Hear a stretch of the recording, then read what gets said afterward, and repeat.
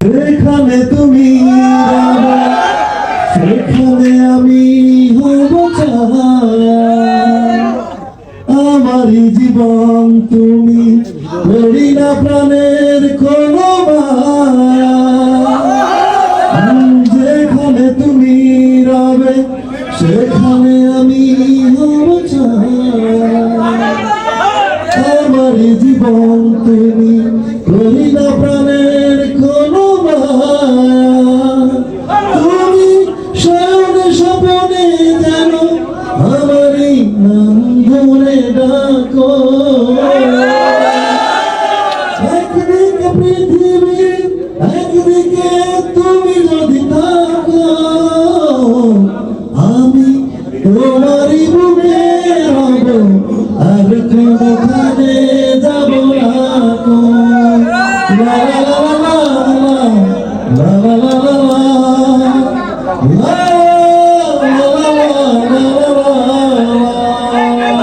দুই দিন তিন দিন থাকার সময় পাবো এভাবেই কাটাবো আর কি ভাই বোনদের সাথে।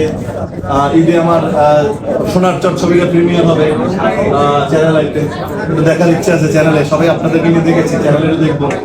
ঈদের তো অনেক অনুষ্ঠানমালা মিস করবো, যেহেতু থাকতে পারবো না দেশে, প্রতিবার ঈদে অনেকগুলো অনুষ্ঠান করি, অনেক মজা হয়, সবাই দেখে ঈদে, সেগুলোকে আনফর্চুনেটলি মিস করবো। আর ঈদের সময় ঈদের আগের দিন কেনাকাটা করে কোরবানি দিয়ে ইনশাল্লাহ আর গরিবদের মাঝে আমি একটু মাংস সেগুলো বিতরণ করতে চাই। নির্বাচন নিয়ে যে সমালোচনা আপনার সময় ছিল যে মামলা এবং আপনি জয় হওয়ার পরেও হচ্ছে মামলা করে আপনি সেটা নিয়ে আদালত পর্যন্ত করাই, ফের একই ঘটনা কিন্তু পুনরাবৃত্তি। আপনার এখানে কি মনে হচ্ছে নিপুণ কি সেই চেয়ারে এমন কি আছে যে সেটা দখল করতে বারবার চাই নিপুণ? আপনার কি মনে হয়?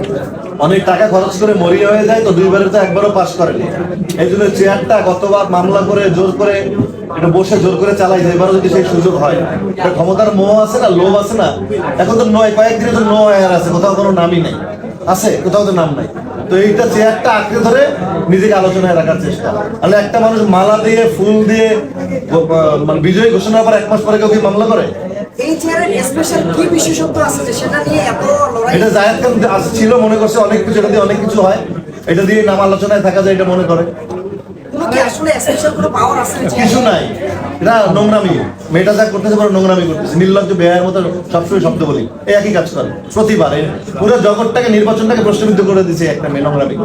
দীপজল ভাই একটা জিনিস প্রশ্ন করছেন, সেটা জানতে চেয়েছেন যে নিপুণের পার্লারে কি হয়, তিনি সেটা জানতে চান। আমি যতটুকু জানি নিপুণের পার্লারে কি হয় না হয় ইচ এন্ড এভরিথিং আপনি জানেন। আমি কি পার্লারে কখনো না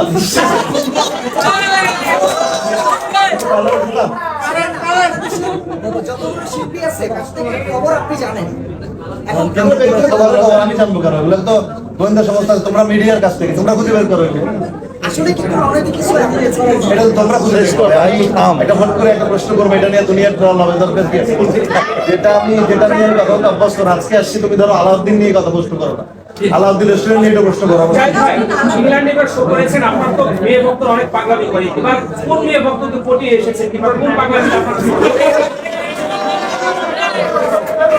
পটানোর আগেই তো একজন ভুল নিয়ে বসে, পটাইতে হয় না, ভালো মানুষের পটাইতে হয় না, ভালো মানুষের তো আল্লাহর রহমত থাকে, এমনিতেই পটে যায়।